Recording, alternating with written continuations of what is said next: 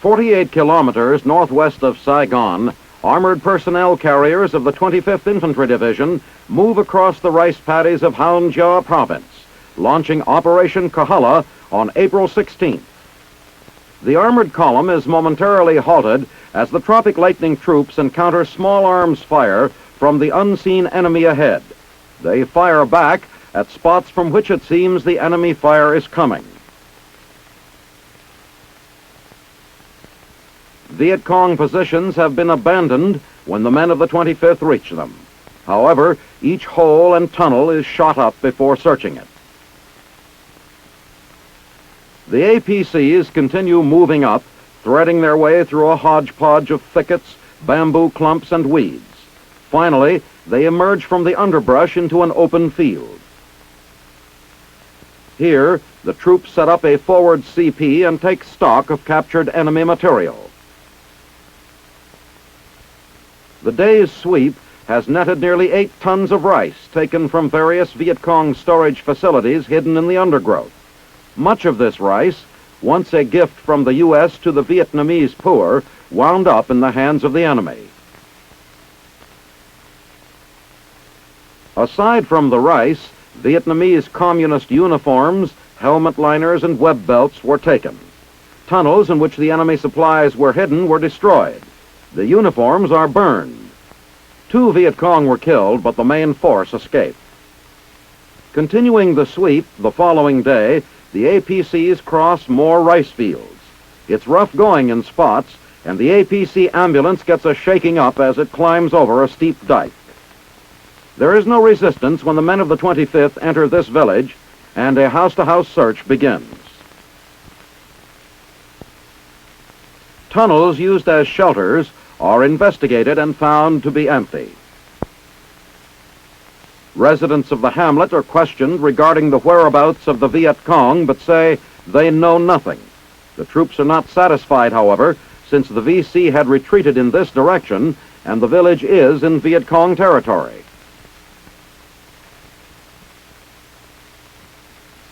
The intensive probe of the village goes on, and it is noted that all of the young men are missing. Only women, children, and old men remain. And so the search moves to the outskirts of the village. Homemade hand grenades and several weapons were abandoned by the fleeing Viet Cong. With discoveries like this, the searchers redoubled their efforts. This propaganda sign was located in a bunker hidden in the brush. It depicts Viet Cong soldiers wiping out an American armored column while confused U.S. pilots drop bombs on the American forces. Another sign is a VC morale booster, shows men and women of various professions as equals under the Viet Cong flag. 1 prisoner was taken in the swift envelopment of the area. The Viet Cong suspect had not been armed when he was seized. He is interrogated at length by interpreters. Finally, he admits he is a Viet Cong messenger from the nearby village.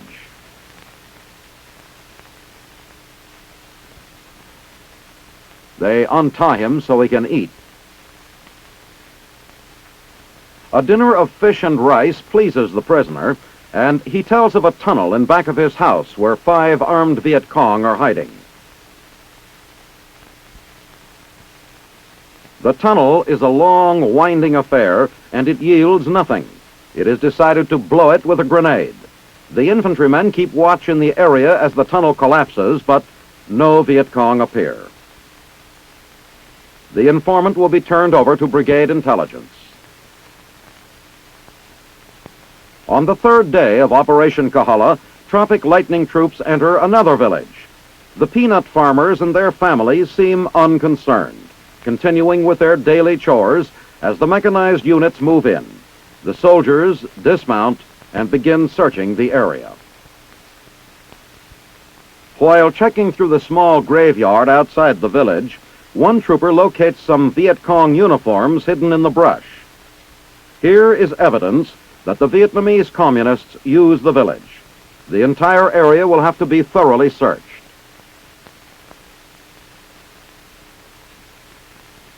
In short order, new defense positions are located and examined. They are unoccupied and devoid of any supplies. More armored personnel carriers move in around the village. Underground shelters are searched, and incriminating documents are located in some of the houses. Upon completion of the village search, the troops burn down these dwellings. Then they move on to the next objective. On the final sweep of the 5-day operation, the units moved toward another village, reported to be a Viet Cong field headquarters. The APCs opened up a path through the rough spots. This time, the occupants of the village are taken by surprise. Several armed VC are trapped and taken prisoner. In addition, several suspects are also rounded up and held for interrogation. The enemy captives are tied up and taken to the APCs for transport to the rear. As Operation Kahala concludes, the 25th reports 27 bunkers and 40 tunnels destroyed. 54 Viet Cong were killed. Friendly casualties were light.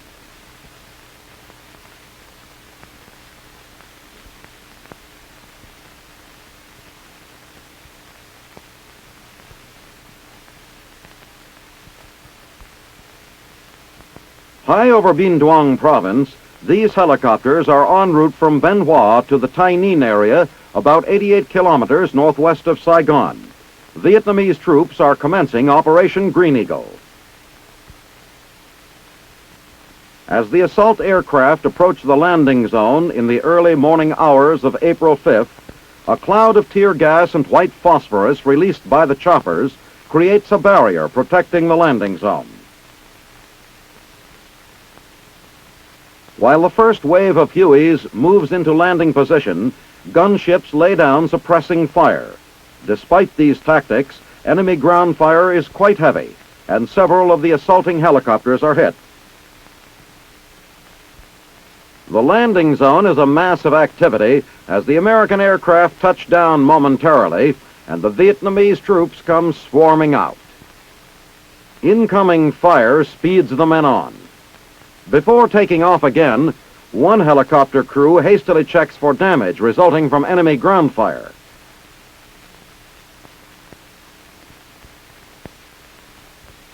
Back at the Bien Hoa complex, the ship is completely checked and serviced, preparatory to its return to action. The aviation mechanics here provide all classes of maintenance. Even helicopters which have crashed are brought here for repair or salvage. Keeping the fighting choppers in operation is a full-time job. Out on the flight line, the choppers return from the first phase of their support mission in Operation Green Eagle. After refueling and rearming, they will commence Phase 2, picking up the Vietnamese troops.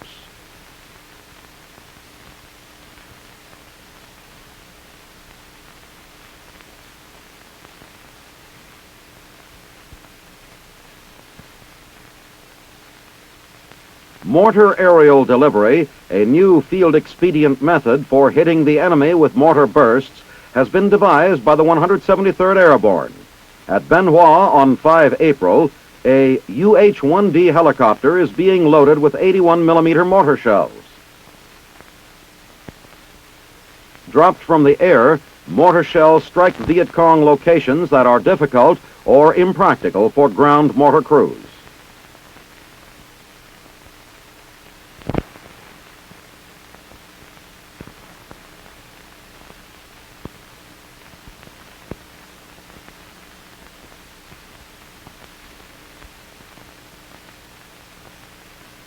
On 14 April, General Harold K. Johnson begins a Far East tour in Korea.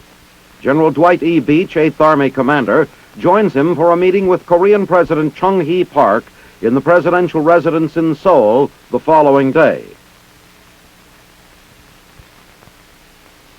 The generals also visit Defense Minister Sung-yun Kim. Later, General Johnson addresses personnel of First Corps commanded by Lieutenant General Andrew J. Boyle. At Camp Casey, Headquarters, 7th Infantry Division, he confers with Brigadier General Robert B. Smith, Assistant Division Commander of the 7th. The purpose of General Johnson's tour is to observe present capabilities of the Army in the field. At headquarters of the Republic of Korea's 26th Division, General Johnson meets with its commander, and with the commander of the 6th Rock Corps, Major General Hee Duck Kim. They watch a karate demonstration given by men of the Rock Division.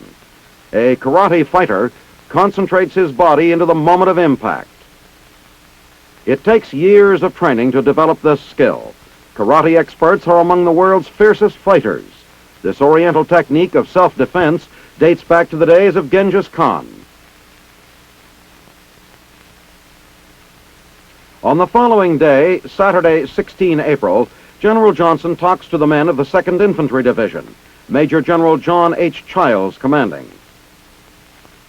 The party later returns to Seoul, where General Johnson talks to members of KMAG, headed by Major General James H. Skeldon. At 8th Army Support Command Headquarters, commanded by Brigadier General H.G. Davison, an award is presented to a member of the 55th Aviation Company. From a hilltop nearby, General Johnson looks over Pusan Harbor. Back in August 1950, as a battalion commander in the 1st Cavalry Division, he had fought in defense of the Pusan perimeter. Toward the end of the day, General and Mrs. Johnson make their farewells at Kimpo Air Base. The next stop is Okinawa. That night, they arrive at Kadena Air Force Base and are greeted by Brigadier General James S. Billups. The next day, General and Mrs. Johnson attend Sunday services. The General pauses in his brief Okinawa tour for an awards and decoration ceremony. He then inspects a large warehouse complex before departing for Vietnam for a visit of several days. Visiting the Cu Chi area with Major General Jonathan O. Seaman, 2nd Field Force Commander, he is briefed by Major General Fred C. Wyant, 25th Division Commander. General Johnson talks with the men of the Tropic Lightning Division and spends much of his time in the field with the troops. He discusses Operation Helping Hand. 25th Division units are distributing goods donated by residents of Hawaii. He is briefed at a Forward Tactical Operations Center on the 5-day sweep, Operation Kahala. General Johnson tells men of the 25th about the nation's pride in the Army and the Army's pride in the achievements of soldiers serving in the Republic of Vietnam.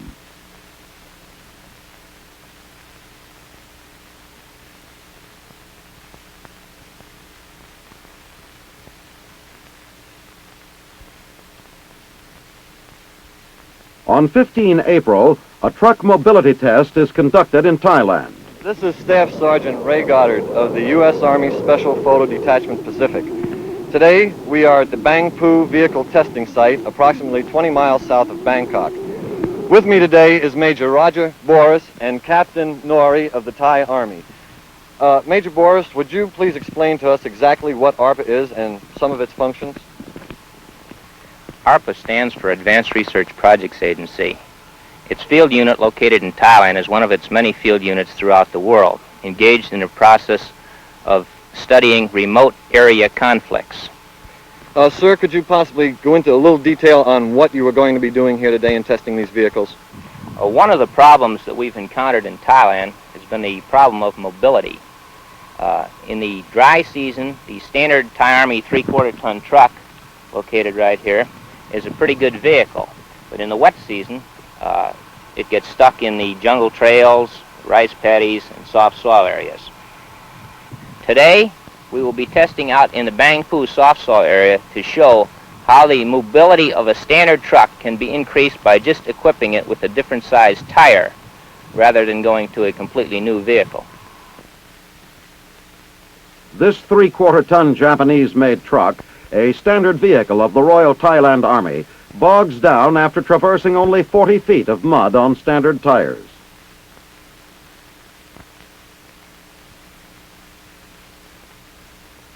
A modification of the truck's tire system is the mounting of 4 extra standard 9-inch tires, using only 15 pounds of air pressure. Its progress is slow, and it nearly stops several times. The same type of vehicle, using a 20-inch wide low-pressure Terra tire, easily traverses the same tidal flats which so rapidly immobilize the vehicle with normal tires.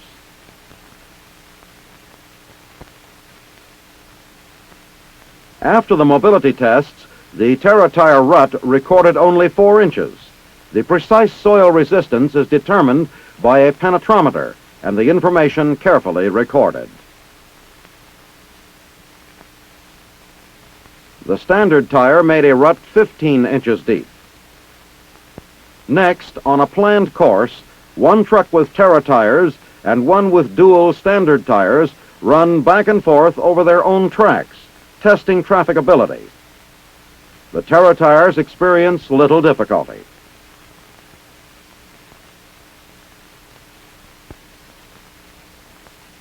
But the truck with the double standard tires stops under the added weight of the mud caked on the wheels.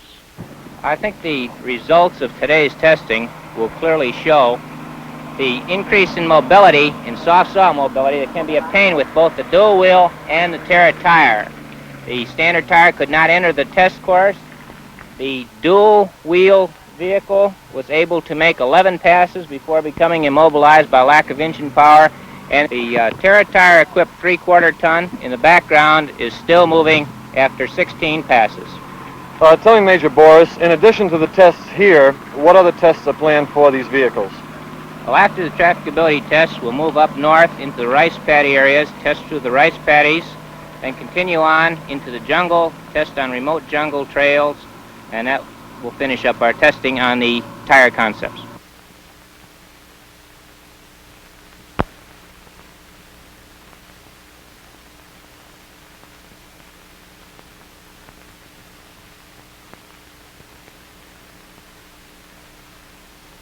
At the Thailand Armed Forces Preparatory School in Bangkok, tests are given twice a month for Thai officers and enlisted men to determine their proficiency in English. I am Major Edward Conway, MAP training officer in the Army Advisory Group, which is an element of the Military Assistance Command of Thailand. This is an English language lab that we have introduced into Thailand under the auspices of the Military Assistance Program to Thailand. It's only one of several language labs that we've introduced in the country. This one is located at the Armed Forces Academy's Preparatory School. At the present time, we are going to test a group of candidates for CONUS training. Specifically, we're testing candidates for the next courses that will start at the Command and General Staff College at Fort Leavenworth, Kansas in August of 1966.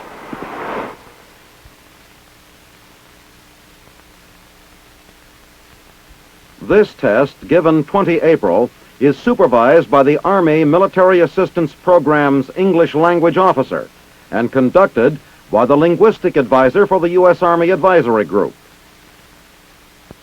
12 Royal Thai officers are tested on their comprehension of the English language. Each of these specially chosen officers passing the language qualifying test will be sent to the Command and General Staff College at Fort Leavenworth, Kansas. Others qualifying at other sessions go to a variety of U.S. Army schools. Meanwhile, at Chonburi, Thailand, on the same day, guests arrive at a training area 80 kilometers southeast of Bangkok to observe a demonstration. The Korean Embassy military attaché in Thailand, Colonel In Woo Lee, is greeted. Colonel James Moore, Chief Army Advisory Group JMAG, and Colonel Stanley White, Chief Operations Division JMAG, join Colonel Lee. The Royal Thai Army 18th Korean Rotation Company, also known as Little Tiger, a name it earned during the Korean War, has undergone extensive training. The men will replace the 17th Rotation Company and be attached to the 7th Infantry Division as part of the United Nations forces in Korea. At the range area, the visitors observe the firing of the U.S. M14 rifle. The officers follow with interest the performance of the men who will soon be serving in Korea. The group is next escorted to the M60 machine gun range. The Thai gunners demonstrate their proficiency. After the demonstration, the Thai officers and men are addressed by Colonel Lee. All of the men of the company are volunteers. They will depart Thailand for a year in Korea on or about 15 June.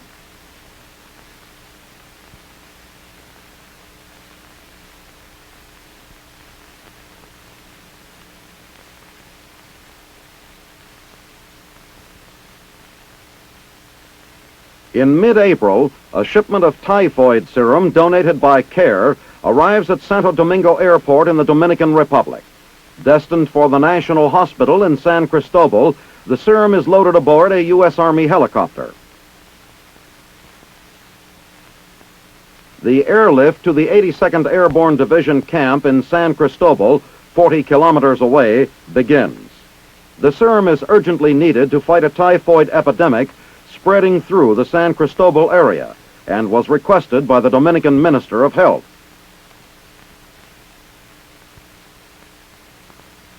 At the Army base, the new 1,000-dose shipment is turned over to Dominican hospital authorities. Earlier, U.S. Army Medical Service had contributed another 1,000 doses. Immunization is required for 20,000 cases, and CARE is shipping additional serum. Just outside of Santo Domingo, meanwhile, a shipment of U.S. Navy water tanks is being picked up by Army engineers, who will establish pure water points for the populace of Santo Domingo. Now headed for the Army engineers' camp, these tanks will soon replace the city's old water system, which is contaminated and considered to be the chief cause of typhoid. At the engineer base, the 1,200-gallon cube tanks are prepared for use. A water fill hole is cut in the top and a drain-off pipe attached to the bottom.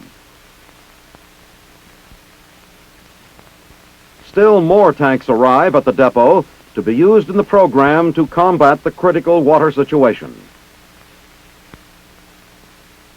16 kilometers from downtown Santo Domingo, a tank is installed at one of 2 points supplying water to the Inter-American Peace Force and several civilian hospitals. 26,000 gallons of potable water are consumed daily by the IAPF. Originally, the water is taken from a river, filtered, and stored until needed. It is then transported by tank truck. The storage tanks are protected by a barbed wire barricade. Water is drawn off by hoses connected to portable pumps.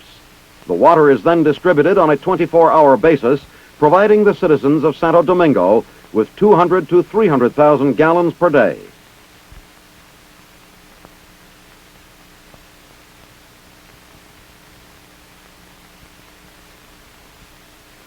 Deliveries to the rebel section of the city are hazardous. In 2 cases, the water truck and the cameraman's jeep were stoned by hostile Dominicans after the water had been delivered. In many localities, the tanks of purified water have been painted with initials of political parties and anti-American slogans. Several times, the words "Yankee, go home" have been painted on the trucks themselves, but the water is welcome.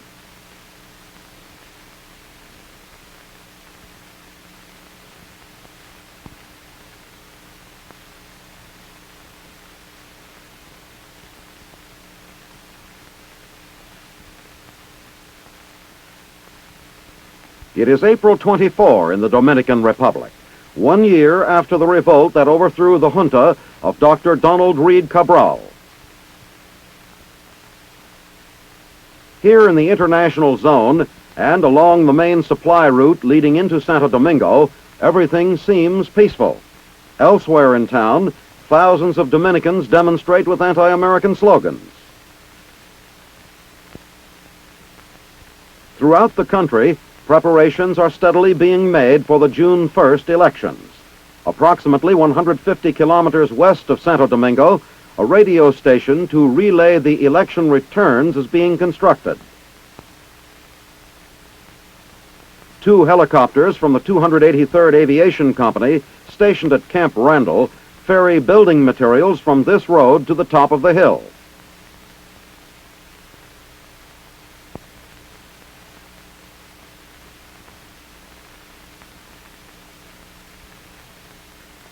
This will be the first election and first constitutional government to be installed since Juan Bosch was elected in 1962.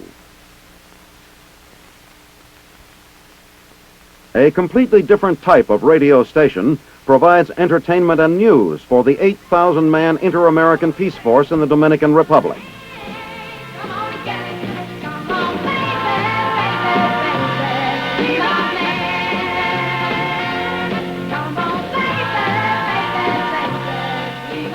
Seven enlisted men have operated this AFRTS station in Santo Domingo since last August.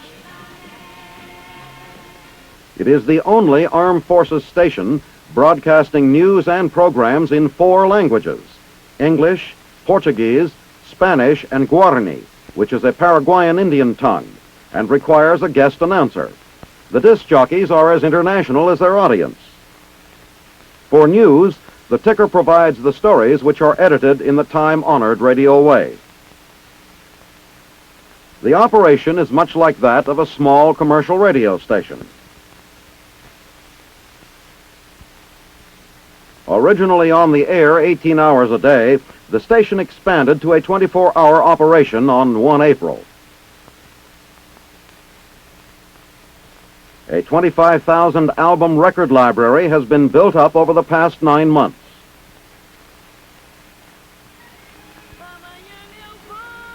Music reminds the lonely soldier of home.